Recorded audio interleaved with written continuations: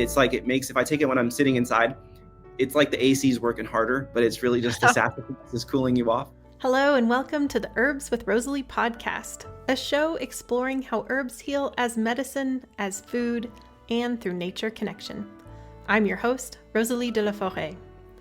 I created this YouTube channel to share trusted herbal wisdom so that you can get the best results when relying on herbs for your health. I love offering up practical knowledge to help you dive deeper into the world of medicinal plants and seasonal living. Each episode of the Herbs with Rosalee podcast is shared on YouTube as well as your favorite podcast app. Transcripts and recipes for each episode can be found at herbswithrosaleepodcast.com or through the link in the video description. Also in the video description, you'll find other helpful resources. For example, to get my best herbal tips, as well as fun bonuses, be sure to sign up for my weekly herbal newsletter. Okay, grab your cup of tea and let's dive in. This week's student spotlight is on Sarah Auer in Vermont, the traditional land of the Abenaki. Sarah has taken several courses with us and recently joined our podcast circle. She brings curiosity, creativity, and heart to all of her studies. In the Herbal Energetics course, she's explored herbs like ashwagandha, violet, and even moringa with this thoughtfulness and initiative blending sensory observation, traditional, and her personal experience. Her reflections embody the spirit of herbalism, grounded, collaborative, and full of wonder. To honor her contributions, Mountain Rose Herbs is sending Sarah a $50 gift certificate to stock up on their incredible selection of sustainably sourced herbal supplies. Mountain Rose Herbs is my go-to for high-quality organic spices, herbal remedies, and even hard-to-find botanicals. They ship all over the U.S. and have a massive selection of products to fuel your herbal adventures. Thank you so much, Mountain Rose Herbs, for supporting our amazing students. And if you'd like to explore Mountain Rose Herbs' offering and support this show in the process, you can find the special link in the show notes. Hey, it's Rosalee. You know, creating this podcast has been one of the most rewarding parts of my herbal work. And if you found something meaningful here, whether it's a new perspective, a favorite recipe, or just a sense of calm, I want to let you know there's a good way to go even deeper. It's called the Podcast Circle. Inside, you'll get access to live classes taught by some of my favorite herbal teachers, behind-the-scenes updates, and a beautiful library of herbal resources that we've gathered over the years. But more than that, it's a space to connect with fellow plant lovers who care about the same things you do. And truly, your membership helps make this podcast possible. It's how we keep the episodes coming and the herbal goodness flowing. So if you're ready to be part of something more, something rooted in connection, head over to herbalpodcastcircle.com. I'd love to see you there. I'm so excited to introduce today's guest to you. Matthew has that sweet southern charm paired with this deep passion for sharing his love of plants with the world. We actually ended up chatting at length before and after this episode, and he's absolutely the kind of person that you'd want to go on a plant walk with or share a cup of tea with on a regular basis. Once the cameras were rolling, I loved hearing about his journey into the plant world and the fascinating insights he shared about sassafras. It's a plant that's often misunderstood, but Matthew makes it feel so approachable, alive, and full of possibility.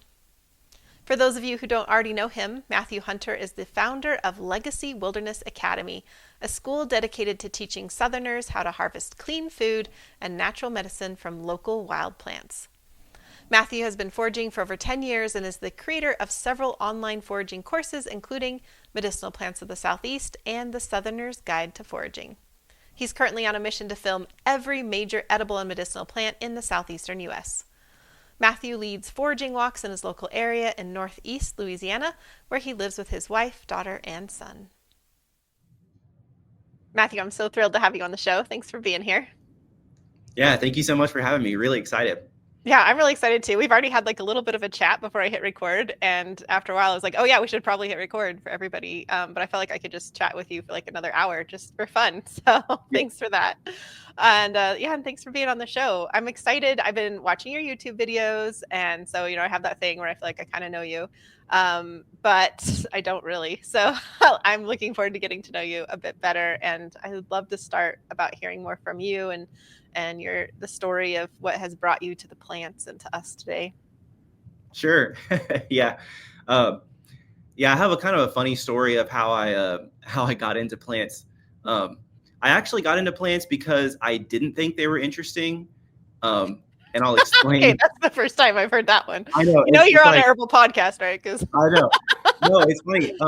So I got into plants. So I was really into like when I turned about 17, I was probably a senior in high school, and I got this like really wild idea that I wanted to like live off the land, and I got really into the idea of like survival skills. And it's funny because the people who know me now, they sort of think of me as an outdoorsman. At least I would hope they do. I don't know. But growing up, I was like an indoor kid all the way. TV, video games, everything. But something happened when I hit like high school where I was like, I want to go outside. I started fantasizing about like living off the land, becoming a mountain man and everything like that. Which eventually I did do some like long wilderness trips and kind of, started getting out there a lot more. But at one point, I had kind of made this mental list, like, what would it take to live off the land? What skills? Like, it's kind of like what skills would I need, to pretty much just live away from society, like just out in a tent or in the woods. And as I put together that list mentally, you have things like you have to know how to build a shelter, you have to know how to start a fire and navigate with a mapping compass and things like that. But the conclusion I came to was like the most difficult skills to learn would probably be like how to put food on the table. And I wanted to do like whatever was like the most difficult skill. I wanted to do that first to kind of get out of the way. And my mentality was like, this is gonna be like a multi-year process. It's gonna take a long time. But if I start with the most difficult thing first, then it's almost like everything's downhill from there. So I was like, okay, I need to learn how to like feed myself if I'm going to be like doing like out like way remote backcountry travel and stuff. So I made a list of like, okay, well, how do you live off the land, right? You have to be able to hunt, fish, trap, and forage. And I figured fishing, would be like the easiest to learn. Not that there's nothing to learn, but you can learn how to fish in like an afternoon to some degree.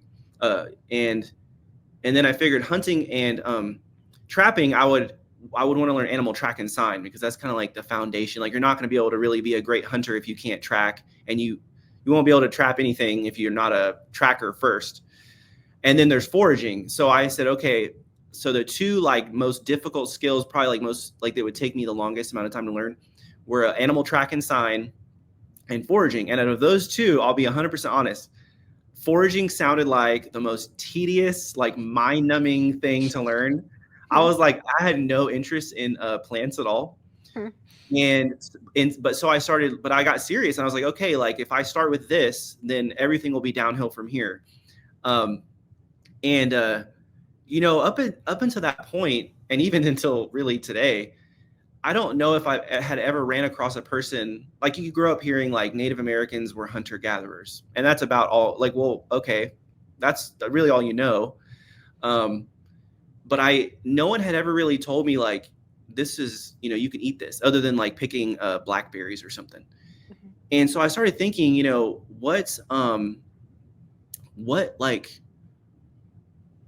what did people eat? What did people use for soap? What did people use for medicine? I just started asking myself that.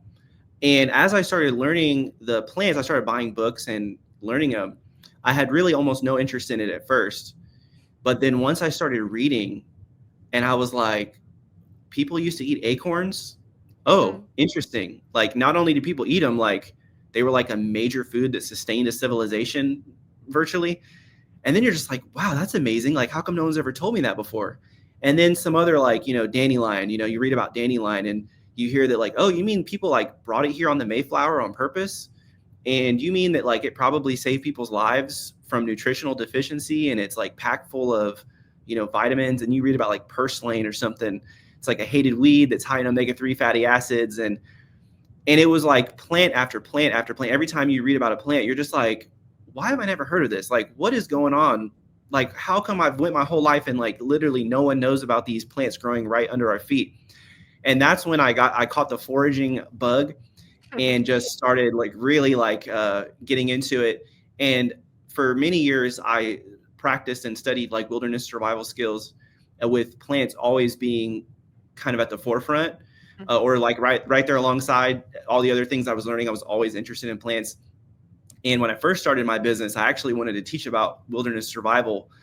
But after teaching both foraging and survival, something about the plant, I just love plant people. You know, I love the people who want to learn about plants are very different than the people who want to learn about survival. That's true. And I really just enjoy the community, and I could talk about plants all day now. So it's been a huge transformation. Yeah. Oh my gosh, that's such a great story, Matthew. And I can relate to it so much because I actually got into plants through wilderness stuff and Tom Brown. And I studied with Frank and Karen Sherwood, was like kind of my first entryway. But I immediately was like drawn to the plants, and like I'd been, somewhat interested in them. But I was also like you, I grew up like indoors playing video games and watching TV and reading books. I'm a voracious reader. But for me, I was like, I will never have the patience to learn tracking and field stuff like that. So I was like, I must find a partner who's the tracker. Then when I met Xavier, my husband, he was French and he was a tracker, and I was like, thank you, like I'll take him. But yeah, it was just kind of a funny like similarity. I was like, that's really important to learn tracking, but I'm not going to do it. Yeah. And I never had got around to learning tracking seriously. But no, it's funny you mentioned video games. I didn't know if I was going to say this because I was like, I don't know if people might think this is a little weird, but I have to bring it up because I think you'll think it's really funny. So you said you play video games. Have you ever played like Skyrim or Oblivion? Do you know those games? You know what I'm talking about? So they're like fantasy games, and people who are watching it probably, if they're younger, if they're below like 30 or 40, probably know what I'm talking about. So in that game, I used to play it a lot in high school. I don't game really anymore, but in that game, you can actually harvest plants, and you like walk around, you harvest different plants, and as you get better, you learn the uses of the plants, and you can like make potions and stuff. So you'll think this is funny. When I was about 17, I was just like addicted to that game. I played it a lot, and I noticed that because there's so many, it's actually a pretty legit game. I would learn like how to identify a certain plant and like where it grew and like its uses. I'm not kidding you. Like I could go and like find it and harvest it and know what to use it for. And it dawned on me one day, like how stupid it was that I could literally identify plants in a game, know their habitat and know their uses. But in real life, I was like, I'm doing this like in virtual reality land. Why am I not doing this in real life? So sometimes I have to throw that story in. That like, it was like partly due to video games that I got into foraging. I don't know. I think it's funny. Yeah, that is funny. Yeah, apparently there's a game out there called Wildcraft, and somebody who is younger and not into plants like asked me, they were like, do you think wildcrafting became popular because of the game Wildcraft, like the video game Wildcraft? And I was like, no, but maybe there's something to that though. Maybe there are more people out there like you who are like, yeah, that was my entryway. Yeah. I know there's people who are watching this who play Skyrim who are just like, I see that. I could see that. Awesome. Well, that's how you got started with the plants. And then like, how did that take off? Like there's an interest there. And then you said, you were thinking like, oh, I'm going to teach wilderness skills or foraging. You decided to like the plant people community. And yeah, I'd just love to hear a little bit more about like what that was like getting started and maybe even how like you decided to do a YouTube channel. Yeah. So I have a really good friend of mine that I met at a wilderness survival school. This probably would have been around, I guess, 2017.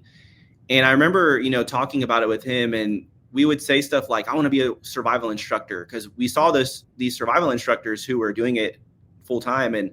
But back then that was like saying like you wanted to be a rock star. It's like, well, everybody wants to do that. Sure. But like, how do you actually, do it?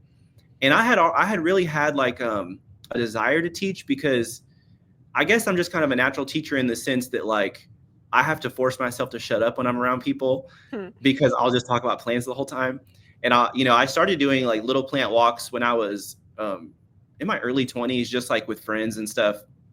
And so one day, I guess someone was telling me, like someone from my church was saying like, you need to look at this like homeschool. There's like this classical homeschool online school, and you should teach. and someone else told me about it the same exact day separately. They Mm. both told me about it, and I was like, okay, I'm going to look into this. And so I started, I connected with them, and I started teaching, even though I have no degree, I have no college training. It was so funny. They even let me teach, but I guess I write a good resume. I don't know. But they let me teach, and I came up with, I think it was like a 24-week course. It was like a pretty massive undertaking. It was like from like May to October, I think. And we went through Thomas, I don't know how to say his last name, Thomas Elpel's Botany in a Day. And I think I made them buy like one of Samuel Thayer's books. I forget which books we had in that original course. And I started teaching, and it just started working out. And around that same time, I had met a friend who she makes a living. Well, I guess it's changed as time went on, but at the time she was like a professional musician, and she had created an online course teaching people how to basically market their musical abilities and how to go full time with that. And she really is probably responsible for me starting a business, because she was like, man, you need to do this. Like, Matthew, people would love this. People, like, there are people who would buy like what you're giving, what you're doing. And I was just like, and so she kind of got it in my head, like, I guess people would pay for it. Sure. And so that's how I started. I started doing high school students for a couple years. And then I was like, this is pretty good. Like, I can do this. And I started making my own courses. And then, I started doing YouTube to sort of promote it. And then then YouTube kind of has turned into its own thing. And I guess it's growing. It's, people are more and more wanting to kind of go back to nature, so to speak, and, remember some of these skills that over the past, 100 years or so have really started becoming lost. What was everyday knowledge is now becoming lost. And there's a growing subculture for sure, but it's becoming almost more mainstream, and so it's growing. So I guess it's just kind of the right place at the right time in history to be doing this, Yeah. Well, and I love that you are and reaching so many folks, because I think that we need more plant people. And like you were talking about too, it's like that acorns were not only like edible, but actually this incredible nutrition for a whole civilizations, we could say. And about the dandelion. And now that to me feels like commonplace knowledge, because I live kind of in a bubble in some respects, right. I think. Yeah. But I was just recently in Arkansas and chatting it up with some folks, and I mentioned something about herbs and plants, and somebody said like, oh, well, that's just all like total woo BS, just total woo BS. And I was like kind of shocked, because it'd been like, I actually do know that people still think that way. Like, I'm not totally naive, but I just hadn't been like confronted with it in a while. You and I was like seen someone in the wild who actually thought that. Yeah, exactly. And I was like, oh, like I was kind of dumbfounded, because I'm actually not very woo myself. And so I was kind of like, wait, what? Like, I was just very confused. And so anyway, it was a reminder, there's still a lot of people out there there's probably a lot of people who aren't ready for that knowledge, but there's a lot of people who are just like looking for that spark and have that interest, and they see a plant growing in their lawn and they're like, what is that plant? And, and then how many stories have we heard about that? And then they stop using Roundup. It's just like, that's how revolutions start. Yeah. So I love that you're doing it. I love that you're reaching a great audience. And yeah, it's just so important. I think the world needs more plant enthusiasts, like full-time plant enthusiasts. Right. Yeah, I think even over the past 10 years, I think I've seen a culture change, or maybe because I'm just a little older, people are politer than they used to be. Or I'm not sure which one it is. But I remember when I was first doing this, people like would really scoff at me, and some people will still kind of like poke a little bit, like, oh, you like to eat weeds, and I'm like, well, more than just weeds, trees and fruit too, like all types of plants, more than just the weeds, But and it seems like now when I tell people what I do, they're like, that's really cool. Yeah. Like, or a lot of times they don't know it. They didn't know you could do, like, I didn't know you could even do that, but they don't necessarily scoff when I was first starting out, I got a lot more like strange looks, I think. So maybe it's changing. Yeah.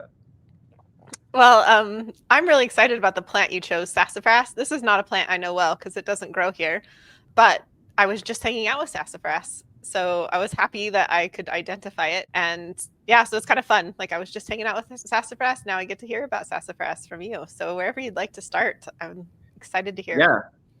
Well, I actually brought a little sassafras here, and hopefully I don't spill dirt all over my computer, so that you can see how to identify it here. You have your it's a tree. This one's a seedling, but you have your unlobed leaves, and then you have your little mitten-shaped leaves, and then your three-lobed leaves, all on the same plant. Can you see that? Yeah, it looks great. Yeah.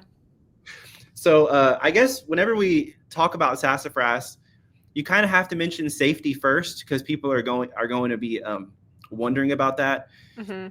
So I think it was in 1960, the FDA outlawed sassafras for commercial sale. I think you can still buy the roots, if I'm not mistaken, but you can't. They don't put them in soda anymore. So sassafras is it's like the original root beer plant, one of the main ones.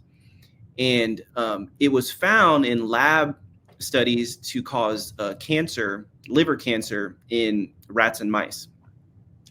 So I wanted to ask you, because I'm curious, are there any plants that you use that are either toxic or have like a toxic reputation, or that B, maybe you were like even afraid to use at first when you first started using them? Well, kava comes to mind as one that I feel like kind of what you're doing. I always have to preempt it of just saying like, no, it doesn't cause liver cancer, because it's just known for that. One that comes to mind is lobelia. Lobelia kind of has a reputation as being somewhat toxic. And so I kind of remember and then the first time I tasted lobelia, like I had a little seed. And have you done that before? Tasted lobelia seed? I've never tasted it. It's super acrid. And it was like, Okay. I tasted it and I felt like my whole body was like, it was like a nervous system reaction of like, oh shit, this is a really bad idea. Cause it's like, it was really intense. So, yeah, but I got over it. But yeah, there's a couple apprehensive ones. I would say I'm not super adventurous. Like I'm not the person who like goes out into the wild and is just like, I'll eat that and that and that, you know, like I'm pretty cautious, really. I did pokeweed. So I started using poke root. And that was, even though I like followed all the directions, took a very small amount. Like I knew what I was doing because I had like double, triple, quadruple checked, but I was still like so scared. Now it's like not a big deal, but that's one that's like, it will kill you, which I mean, technically it could if you use enough, but so sassafras. Yeah. If you do an online Google search of sassafras, the first, 10 websites or however many are going to be like, it causes liver cancer, do not use. And I guess I wanted to sort of compare it to like using alcohol, because alcohol is a known carcinogen technically, right? I mean, it can cause cancer. No one really debates that, but everyone recognizes that, people, even if they drink a glass of wine with dinner, they say it's healthy. So what can harm can also be good for you. I think it was James Duke who said that in his opinion, sassafras was like 1/13 as cancer causing as beer or something like that. It's never actually caused cancer in humans, to my knowledge. I don't think there's been one recorded case. And Samuel Thayer, in his book Incredible Wild Edibles, has the best treatment in the whole literature, in all of the literature available on like the safety and all of the studies. But basically, I'll just summarize it by saying, the herbalists who work with sassafras and the foragers pretty much all agree, if they really work with it and know about it, almost all of them agree that it's like completely safe to use. Some will say like, use caution, but almost no one discourages its use. So you have to throw that little safety out there. But it is interesting how a lot of plants, when I first started foraging, I thought of plants in terms, because I wasn't into herbal medicine. I would consider myself an herbalist in training. I don't even know if I give myself the title of herbalist yet, but I've always thought of herbs as either being like edible or poisonous, because as a forager with edible plants, there's like two categories. Can I eat it? Can I not? But then you get into herbal medicine and you're like, oh, well, all these plants I heard were poisonous, like are used in medicine. Like I always thought irises were poisonous. And then I find out like, oh, they're actually used in medicine. And the list goes on and on, or pokeweed or whatever. But anyway, so yeah, so I don't consider sassafras unsafe in the slightest, but Where do I even want to start with it? Sassafras. Let's see. Well, historically, sassafras was one of the most important plants in the United States at one time. I think it was discovered by the Western world in the mid 1500s. And one of the guys who gets credit for discovering it or first recording it, I think his name was Nicholas Menardez. Are you familiar with this gentleman? I feel like I should be just from the last name. He must have some plants named after him, like So I Menardus. think I think Monarda is actually named, the bee Yeah. balm genus is named after him. Okay. So he was Spanish, I believe, and reports learning it from the French in Florida, and the French used it to, I guess he records like that a lot of them were getting sick and they used sassafras to cure them. I'm not sure the details behind that, but in the early 1600s, it had become very popular and was like the #1 export out of the United States, or what is now the United States. It was like the #1 export. It was a cash crop. Like in today's money, it would have been like a multi-million-dollar industry, I guess, probably. Wow, I didn't know that.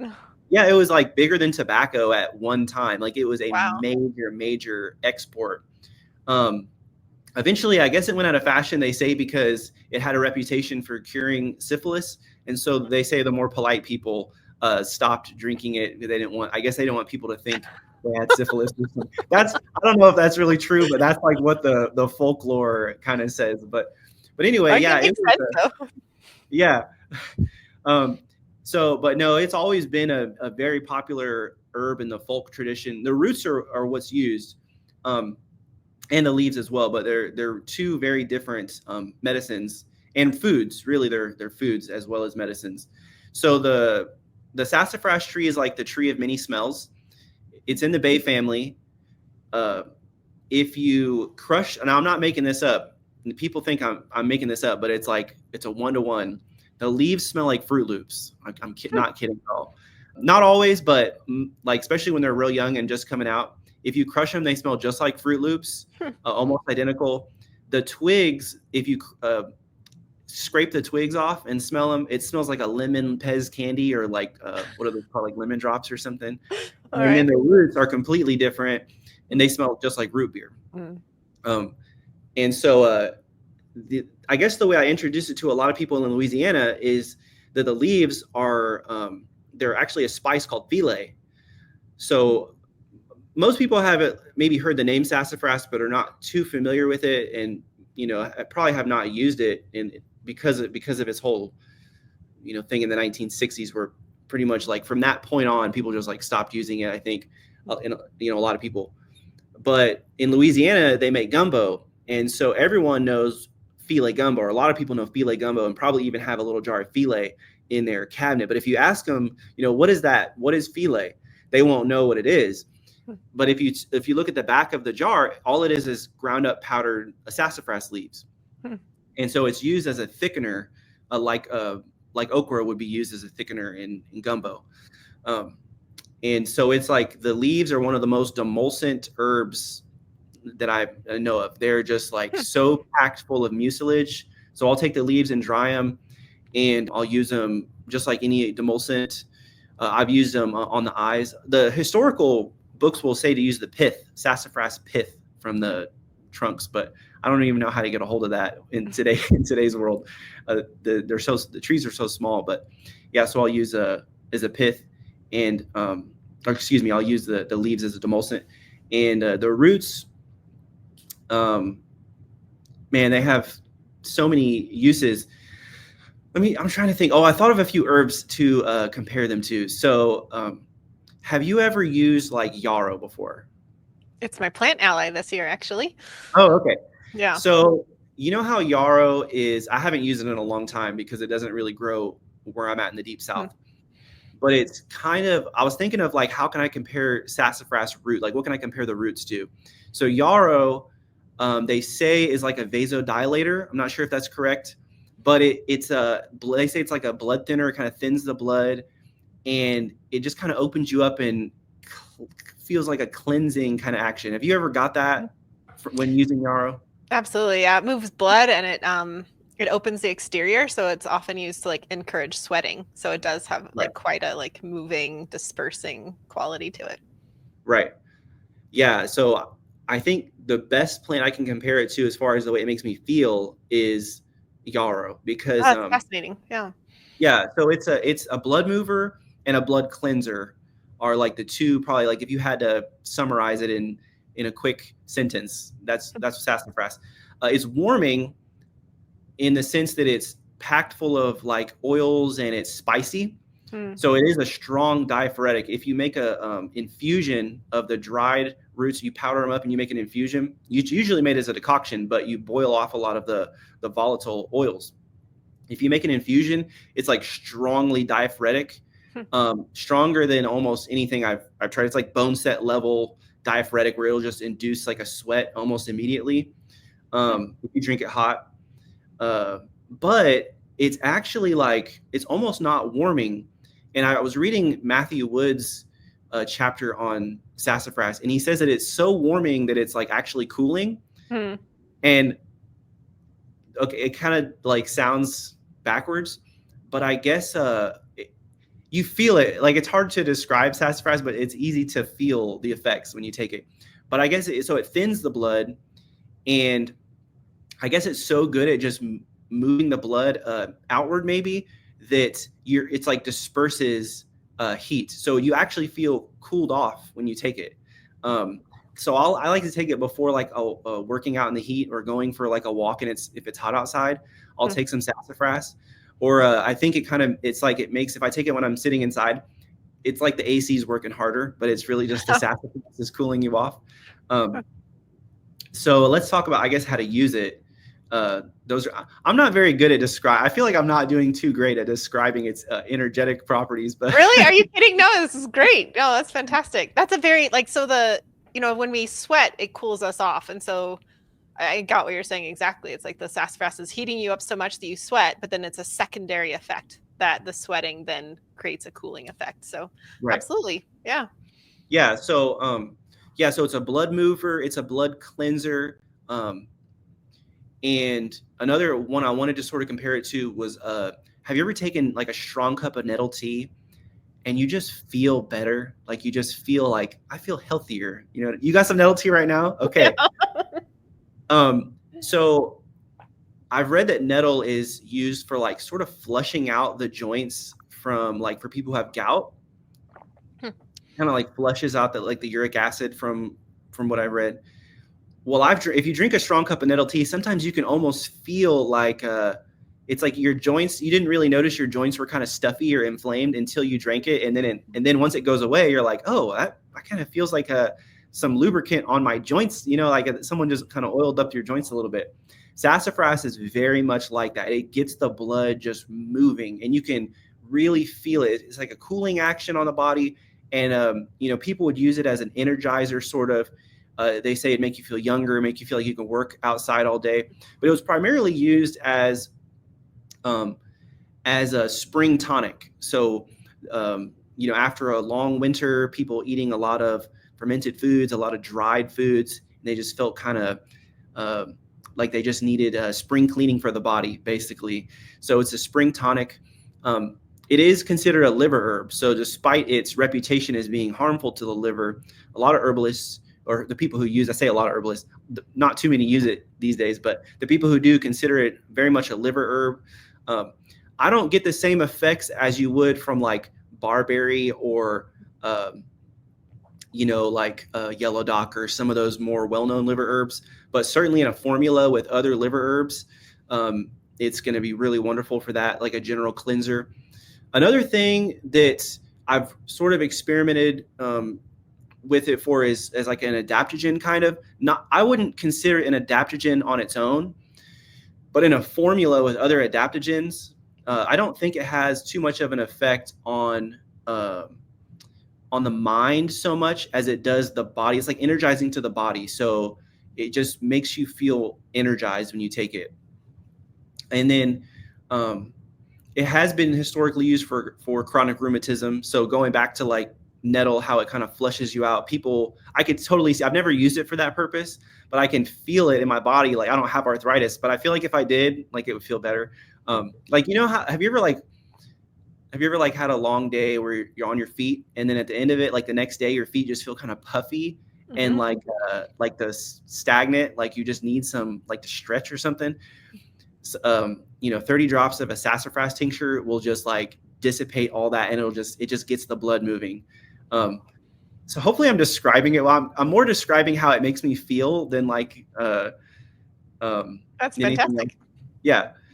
And so going through, so energy, maybe not all by itself, but definitely, with in an adaptogen formula.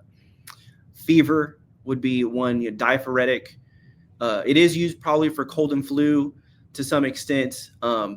You do see that use popping up, and I've added it to cold formulas. Like if I'm making a decoction with a bunch of cold and flu stuff, if I have a nasty cough or something, and I happen to have some sassafras root bark on hand, I'll throw it in. And then, so general liver cleanser, blood tonic, and then the leaves are totally different. They have none of the effects of the root at all, and they're just a pure demulcent herb. Yeah. So that was excellent. Do the leaves taste like Fruit Loops? Because you said they smell, right? The leaves smell like Fruit Loops? No, they don't really taste like much like too much of anything. Kind of a sweet, bland taste, maybe like a demulcent. Yeah, they're more bland. They don't really have too much of a flavor. I guess maybe some Louisiana chef who makes filet gumbo would correct me, but I would imagine they put it in there more for the thickening action than anything. Okay. Yeah.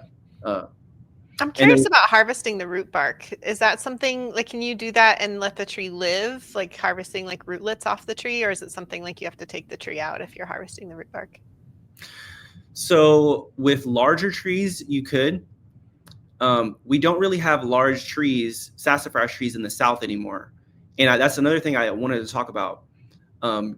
So around, I think it was 2004, there was a beetle that was introduced to the Southeast called the red bay ambrosia beetle. And it was introduced like right there in like Georgia, South Carolina border on the coast. And since 2004, it spread across all the Southeast, and it goes after any plant in the bay family. So spice bush, wild bay, and sassafras are some of the main ones.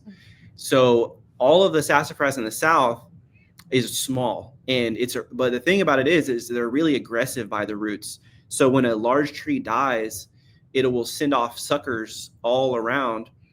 So they're pretty much all small now. But so theoretically on the larger trees, you could take a root and it wouldn't die, but now we have to kill the tree. So I did want to talk about propagation a little bit, because it's like I'm recommending that you take this plant from the wild that's already under like a severe threat. So how do we counterbalance that where we're still able to harvest it, because it is still abundant because it's so aggressive by the roots.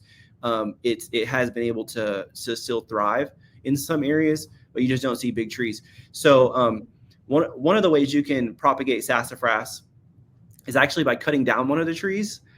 People will say that if you cut down a sassafras tree, 100 show up to its funeral. Interesting. So if you're trying to like spread your patch, you may purposely cut one down to stimulate root growth. And I'm not sure what time would be what time of year would be the best to do that. But if you want to take sassafras from one area and get it to another, transplanting is not such a good idea. But root cutting is. So it's the above ground cuttings, like stem cuttings, don't do too well, but the roots are very aggressive. So you can dig one up, and if you're real careful not to damage the roots, you can cut them into like just 3-inch or 4-inch pieces and bury them horizontal, just right under the soil, and they will root or they'll sprout like aggressively. So you can propagate by that way. But besides that, you do have to kill the tree, and then it's the bark of the roots is the most concentrated.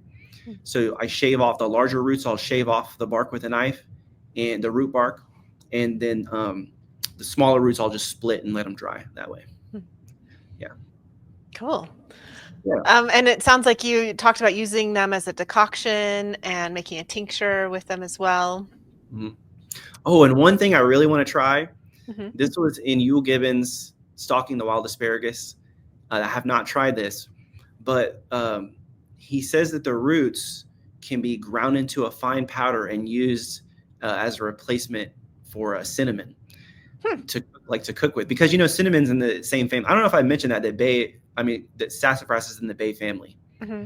So cinnamon is also in the bay family. So it's like it's very much probably like cinnamon. I've never used cinnamon as a medicine, but there's probably some similarities there.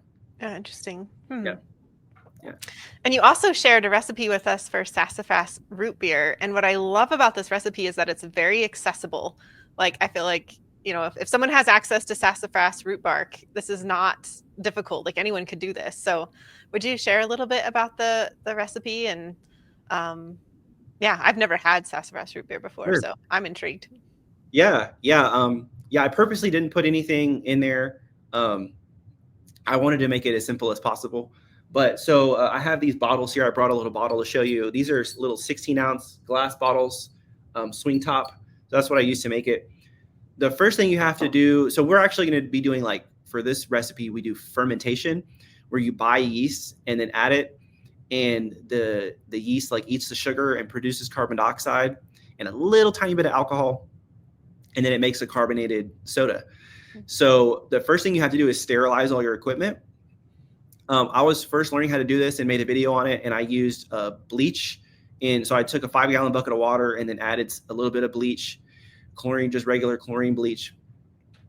And that's how I learned how to do it in the books that I bought. I got reprimanded by a lot of people. They were like, you need to use Star San sanitizer, which I guess is like a food safe sanitizer. I think it uses iodine, but you don't have to like rinse it out afterwards. You just put it in there. I don't know how it works, but yeah, so Star San would be one. But I'll take all my equipment and I'll put it in like a bleach water mixture, dunk it in there, let it sit for a little while, and then I'll rinse everything with like super, super hot water. It doesn't have to be like perfectly sterile, but you don't want any other contaminants getting in there and fermenting with the yeast, or it could, make it gross. And a lot of people say not to use soap and water. Probably you definitely could, but from what I've read, the soap taste will kind of linger, is what they say. Anyway, so we're going to boil up a gallon. A gallon makes 8. These are 16-ounce bottles that I just showed you, and it makes 8 of those. So we're going to do a gallon of water, and we're going to boil up, I think 21 grams is about where I've landed, 21 grams of sassafras root bark. And we have to let it cool, because if you add the yeast in, even when it's just a little bit too hot, it will kill the yeast. So you need to let it cool down to like lukewarm temperature. And we're going to add sugar. I forget how much off the top of my head. I'm not looking at the recipe. What is it, like? Oh, 2 cups. Yeah, 2 cups. 2 cups of sugar. Yeah, 2 cups of sugar. And then we're going to add an eighth of a teaspoon, I think is what I put on there, of yeast. And I just used ale yeast that you can buy on Amazon. People use they'll use wine yeast or ale yeast or whatever. So there's different champagne, I think, yeast some people use. So there's different types of yeast, but they all should work. And then you will shake it up and pour it into the individual bottles. And then each of those bottles is closed and shaken. And then those will just sit on the counter for about 3 days. It carbonates really quickly. And to know if it's ready, you can just take one and pop it open. And if it just barely pops, and you need to wait a little bit longer, you can close it right back. And then if it really pops, you're ready. And then if it pops and starts overflowing, you're probably like waited a little bit too long. And they can explode on the counter if you let them go too long. Putting them in the fridge doesn't completely stop the carbonation process, but it slows it down greatly. So you don't want to leave them in there for like multiple months in the back of your fridge, because they can explode. Yeah. I know the sound of that very well. They're like, what was that pop? Oh man. I have a big mess to clean up now. Yeah. So it's been fun. And You can just drink it straight. The amount of alcohol is so small that it's, good for kids. Or we've made root beer floats with it. And I'm not a big root beer fan, but when you forge something, it's like, it's infinitely better tasting than if something you bought at the store. So I love Sassafras Root Beer. It's cool. Yeah. Oh, thank you so much for sharing that recipe with us. And listeners can download their illustrated copy at herbswithrosaliePodcast.com or check out the show notes. But yeah, thanks again. I think this is just so accessible and easy and fun. So I think it's going to be a great recipe for folks. Yeah. Was there anything else that you'd like to share about sassafras before we move on, Matthew?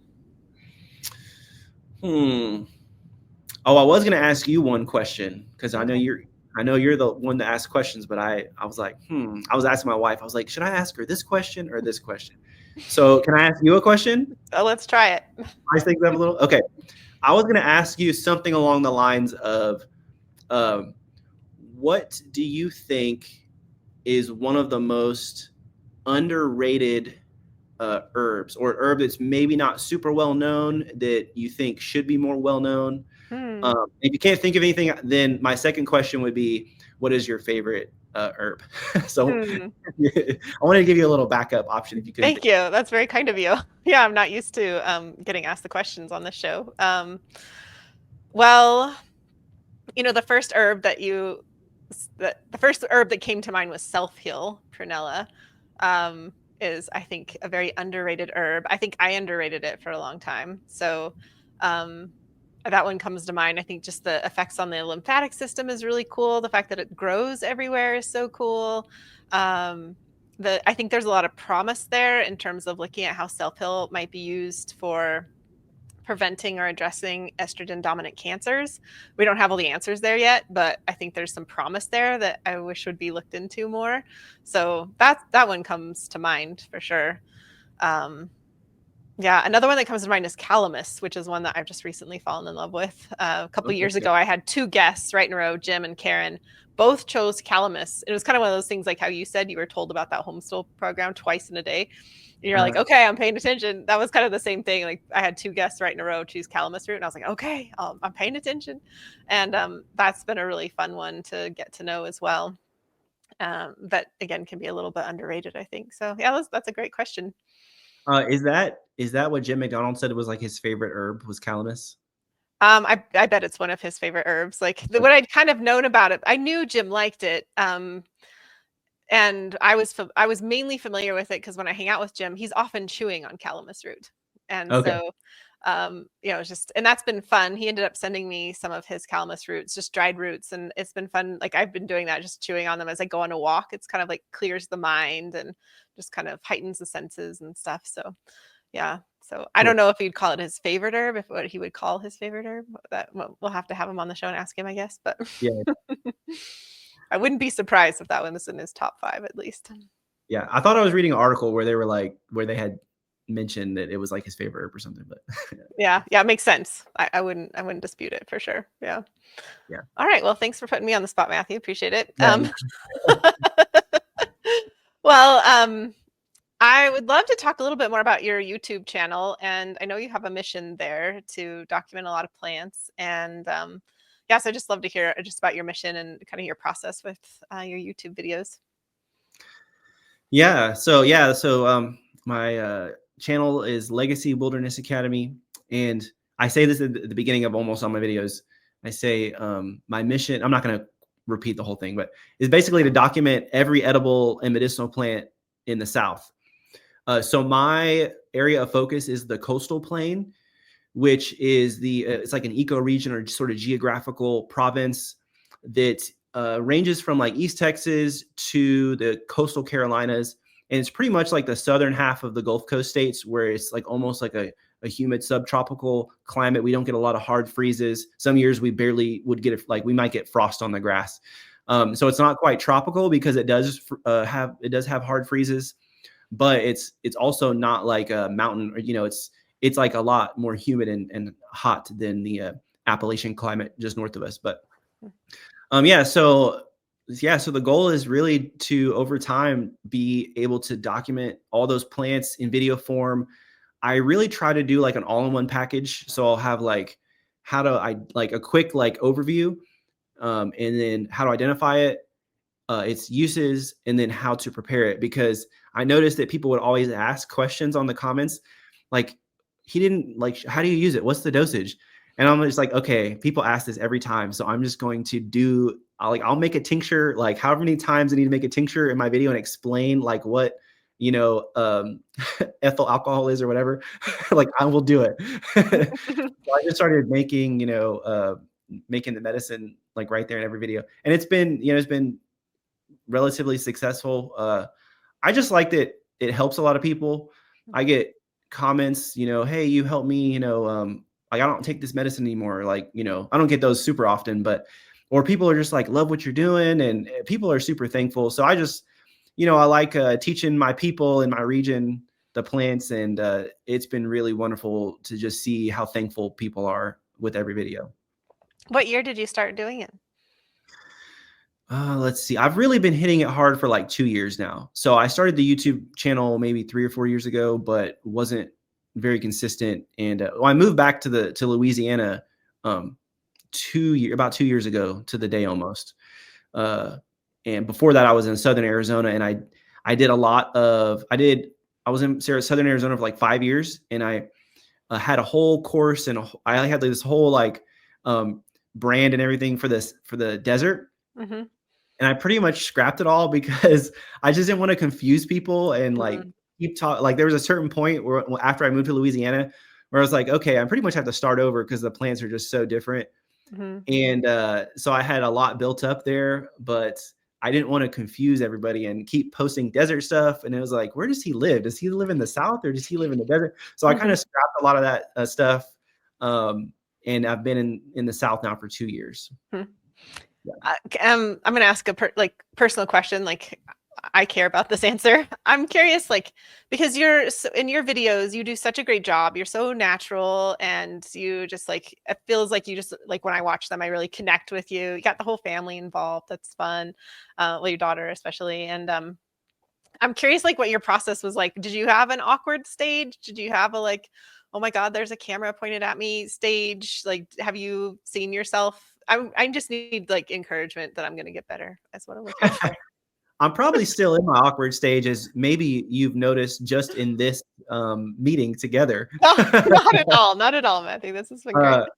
It helped a lot to script my video. I used to just shoot off the hip, and but I'm a rambler. So I will just go off on these crazy tangents. So now I'll actually script them. I don't have a teleprompter, which would be nice. If I was in an indoor studio, I'd probably have a teleprompter, but I'm outdoors, so I don't even bother. So I will just like read a line. Here's why it seems so natural, because I will stand in front of the camera and do like, say the same thing like 7 times and keep like, if you saw all the outtakes, it would just be like pathetic, because I'll just be like, oh, I can't believe I stuttered. Even like, I'm so picky. And then once you've said it so many times, then you start to forget what you said.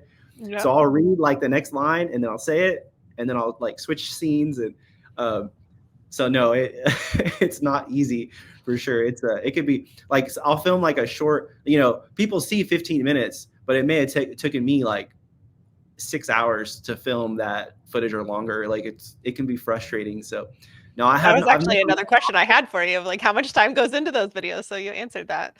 Yeah, I'll try to do like a whole day sometimes it'll take me like a whole day of research or longer.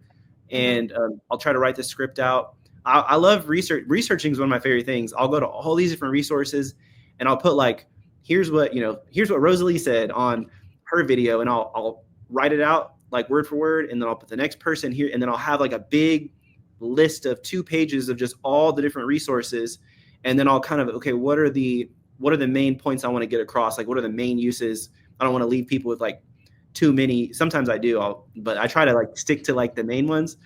And yeah, so that's how I do it. But it's a lot of fun.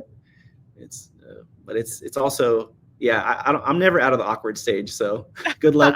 I would say differently for you, Matthew, but it does feel validating to hear like how much work goes into it, and that you can get frustrated. I'm like so grateful that just my video editor, Francesca, knows about all my outtakes. Cause yeah, I stutter all the time too, or just, Yeah. and like a lot. So I'm Yeah. glad A lot. A that lot. it's just Francesca and I that know about that. But then I get really good at if I ever have to recall the information on the spot and teach about it. Because you've Well, repeated it. I've said it like 7 times, so I just know it by heart at this point. Yeah. Yeah. Well, it's cool to hear. I love behind the scenes stuff, so it's cool to hear that. And yeah, and I think it's cool for other people to hear that too, because like you said, they see the 15 minutes and they have no idea like what has gone into that, the research that's gone into it, even just like it's not just there's the research about the plant, but then there's all of the work we put into like understanding cameras and video editing and scripting and just all of that. And yeah, I have very little patience for the people. I get it very seldomly, but when people leave rude comments on YouTube or whatever, I'm just like, you have no idea like what I know. has gone into this. So And it's like, well, it is free also, like just yeah, saying, exactly. like, I'm not charging you to watch YouTube, but I know I feel really pathetic because I have this I say expensive, like, middle in camera, and I just put it on auto. Like I don't even do like anybody who has a camera like that is probably like fixing all the lighting and everything. I just put that sucker on auto and just go with it. So Yeah, I have yeah, that's what we're at too. no- I'm like, I'm an herbalist, not a camera technician. And it's my husband doing the camera stuff. And yeah, every time we pull it out, I'm like, we should maybe learn this camera better. But then I put it away again until next time. So Yeah. it's not high at the list. I'd rather research know. sassafras, honestly. So. Yeah. Well, thanks for sharing the behind the scenes on that. And yeah, you're definitely out of the awkward stage. Absolutely, Matthew. You do an excellent job. that. I highly encourage everybody to check it out. So, yeah, well, thanks for sharing that. And yes, I don't live in the Southeast, and I've really loved watching your videos. So there's lots of like crossover with other plants and stuff. So highly encourage folks to check it out. Well, I have one last question for you, Matthew, before we head out on our ways. And that question is, what do you wish you had known when you first started learning about plants? Yeah, I thought how I was going to answer this, and I think one of the things, I'll tell you a story. When I don't know how old I was really in my early 20s at this point, and I had been foraging for a number of years, and I counted all the plants that I had consumed. In one way, maybe it was just one time I ate a leaf, but all the different like wild plants, or if not wild, like things that I had found in landscaping or whatever. And I came up with a list of like, I think over 300 plants that I had found in the wild, which sounds like a lot. And over time, any friend would call me an expert. Any friend would say I'm a walking encyclopedia on plants. But after like 10 years, I looked up, and it's so easy to feel like you're so knowledgeable, like you're an expert because of the number of plants that you've used. But I realized like one day, like, I've used this plant, I've used this, I've eaten this, so I feel like I'm qualified to talk on it. But when you actually like look at how much I know, so many of the plants, it's just like 1 inch deep. Like my knowledge is so limited. So I think one of the things that I would recommend to people who are just getting started is like, don't worry about the number of plants. Everyone wants a book that has like 200 plants in it, when really if they had a book that had like 10 plants, they'd probably get a lot further. So I think my recommendation would be like spend time researching like each individual plant. And this is from, wild. Obviously I do a lot of wild harvesting.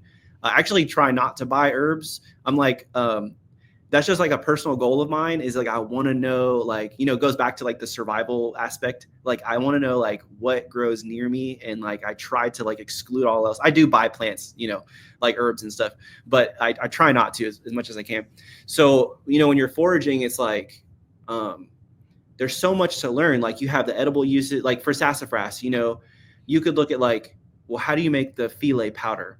And what does sassafras leaf taste like in a salad? And what, can I use the bark, the root bark? And what about in the leaves? What about the bark itself? What about the cinnamon substitute we talked about? Or how do I make this taste good? Or, or like with a lot of plants, it's like, does this work better as a fresh plant tincture or a dried plant tincture or an infusion or a decoction? Or what about like what percentage alcohol works best? So there's like a million questions you can ask for just one single plant to really get to know it. And if you spend, I think people would be better off spending their time doing deep dives on like a handful of plants than trying to like learn all these different plants. I think it was Michael Moore who had said something along the lines of, like these expert herbalists. He had mentioned this, I think, in passing in one of his books, how like some of these expert herbalists will really use like the majority of their practice is like 15 well-chosen plants. Mm-hmm. And so the point he was making is, you can get a lot done with a few plants if you pick the right ones. And that's like, there's so much to learn about just one plant. But so now I try to have like a target species where it's like, I'm going to focus on this and I'm going to like consume this plant every day. And you learn new things doing that, like on accident. Like I left a magnolia bark decoction overnight, and I noticed that like the next day it had like this like oil looking stuff floating on the surface. And I felt like it was like way more powerful by letting it sit overnight. And I just like did that on accident because I was just using it, And so I think that's the best way is like pick a plant, stick to it, or pick 3 plants and stick to them, and then wait a little while before you like move on. I love that so much. It's so true. That's in all of my courses, we have a plant, we call it plant allies. And so someone chooses their plant ally for that course, whatever the time period might be. And I tell people the same thing, like you can go read about a plant, but when you choose it as your plant ally, like what you're suggesting, and you did such a great job illustrating all those different questions about sassafras, like so many questions about using the different parts and the ways to work with it, and medicinal preparations and food and etc. There's so much to know about those plants that I tell people you're going to become an expert in this plant way more than anything you'll ever read in a book. And I love that example of the magnolia bark accident too. Like that's fabulous. Yeah, yarrow is my plant ally this year, and like yarrow is a plant I would say I know yarrow so well. It grows everywhere here. I've worked with it countless times at Medicine, and I thought it would be fun to have a plant ally that I feel like I quote know, because I'm going to be learning so much, and I already have, just really focusing on that plant. So I love that. Thank you so much. Yeah, it's a lot of fun. I think it's funner when you do that too. It's just you just really, because it's almost like anyone could be an expert on one plant. Like someone who's like only been foraging for like a year, but if they've only focused on that one plant, like they're an expert on yarrow or whatever the plant is. Like, so you can learn so much from doing that. But yeah, absolutely. Well, this has just been so much fun, Matthew. Thanks so much for being on the show. It's been great to get to know you. Yeah. I'm kind of sad it's over, but I'm also like, well, I'm going to go watch your YouTube channel some more. So we'll be hanging out more. Cool. Yeah, for sure. I know.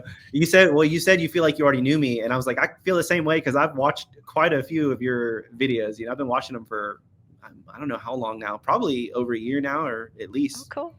Yeah. Well, thank you so much. Yeah. Thanks for being on the show. Thanks for all the awesome work you're doing, spreading the plant word out there. So looking forward to hearing more from you. Yeah. Thank you again so much. Very honored to be on your show, and it's definitely humbling being able to sort of share a platform with so many herbalists that are just way more qualified than me. And so I just want to seriously thank you and just tell you how much I appreciate it. Oh, thank you so much, Matthew. As always, thank you so much for being here. Don't forget to head over to the show notes at herbswithrosaleepodcast.com to download your beautifully illustrated recipe card.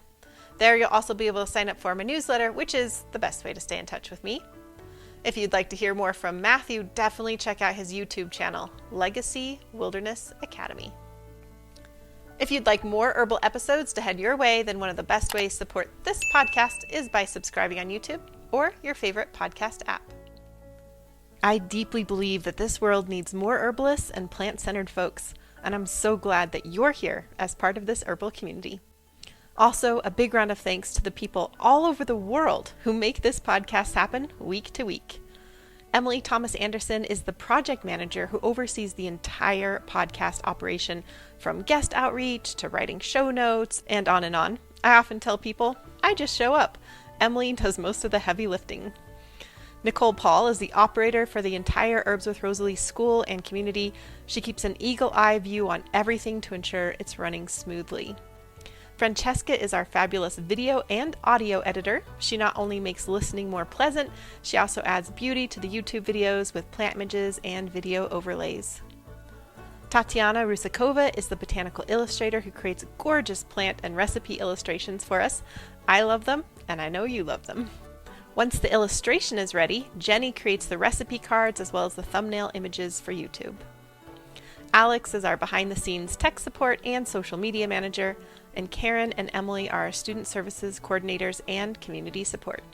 If you've written in with a question, undoubtedly you got help from them. For those of you who like to read along, Jennifer is who creates the transcripts each week. Xavier, my handsome French husband, is the cameraman and website IT guy. It takes an herbal village to make it all happen, including you. Thank you so much for your support through your comments, reviews, and ratings. One of my very favorite things about this podcast is hearing from you. I read every comment that comes in, and I'm excited to hear your thoughts. Okay, you've lasted to the very end of the show, which means you get a gold star and this herbal tidbit. Did you know that sassafras is also a butterfly nursery? It's a host plant for the spice bush swallowtail, which is a gorgeous black and blue butterfly that lays its eggs on sassafras leaves. And then the caterpillars that hatch out are just wildly clever. They actually mimic the heads of snakes to scare off predators. I mean, that's some next level camouflage right there. And then these little guys munch away on the leaves, they growing up safely tucked inside the folds before they do their transformation into the beautiful butterfly. So while we may love sassafras for its rooty, aromatic magic, spice bush swallowtails love it for a completely different reason. It's home. Thank you for joining me on this herbal adventure. I'll see you next time. Hi, it's Rosalee. If this podcast has brought you inspiration or grounded you in your love of herbs, I'd love to invite you to join the podcast circle. Your membership helps support the show, and it gives you access to live herbal classes, exclusive resources, and a warm community of fellow plant lovers. Learn more and join us at herbalpodcastcircle.com. Your support truly helps this podcast thrive. Thank you.